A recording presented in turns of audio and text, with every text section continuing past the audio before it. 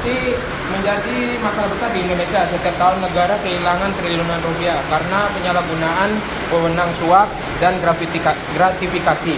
Dampaknya bukan hanya merugikan pemerintah tapi juga rakyat kecil. Fasilitas umum menjadi buruk, pendidikan dan kesehatan terhambat, bahkan kepercayaan masyarakat terhadap hukum ikut menurun.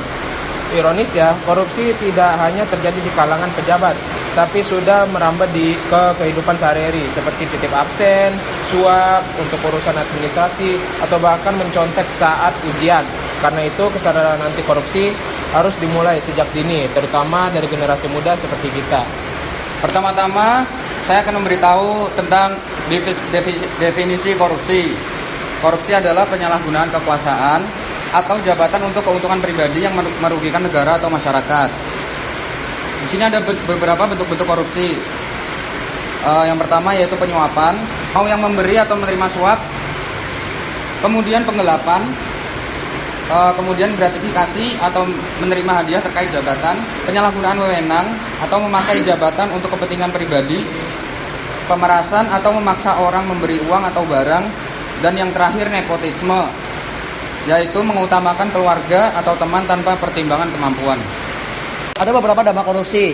Dampak korupsi sangat merusak dan luas, mulai dari kerugian ekonomi, sepertinya melambatnya pertumbuhan dan meningkatnya kemiskinan, bisa juga merusak demokrasi serta mengikis kepercayaan publik.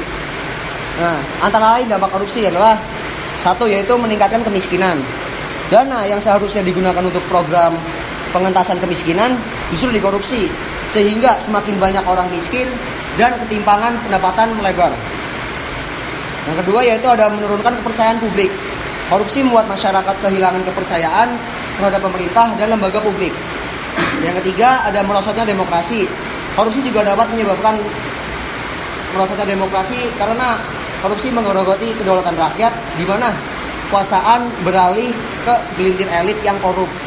Dan yang terakhir ada dampak buruk korupsi yaitu memperburuk ketidakmerataan, yaitu wilayah-wilayah terpencil dan perbatasan seringkali terabaikan, sehingga masyarakat di sana sulit mengakses layanan dasar seperti air dan listrik.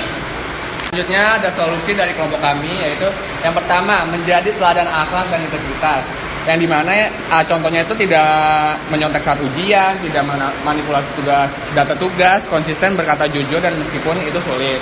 Selanjutnya yang kedua itu ada aktif mengikuti program pendidikan anti korupsi, yang contohnya seperti mengikuti materi anti korupsi di sekolah ataupun kampus, mengikuti pelatihan atau webinar KPK tentang integritas. Selanjutnya yang ketiga ada terlibat dalam organisasi yang menjunjung transparansi. Contohnya tuh kayak mengikuti OSIS, BEM. Yang terakhir menjadi agen perubahan lingkungan sekitar. Sebelum kita menutup sosialisasi pada sore hari ini, izinkan kita sebagai generasi muda untuk mengajak kalian bersama yang juga generasi muda. Kalian juga generasi muda kan teman-teman? Kita harus berkomitmen penuh atas nilai-nilai yang kita tumbuhkan untuk mencegah adanya korupsi ini dengan nilai-nilai anti korupsi.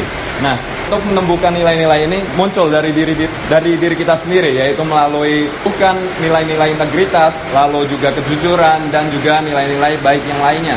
Misal hal kecil saja sudah menurut kami merupakan tindakan penting untuk mencegah adanya korupsi ini agar tidak menjadi budaya lagi atau kebiasaan yang berlangsung di Indonesia.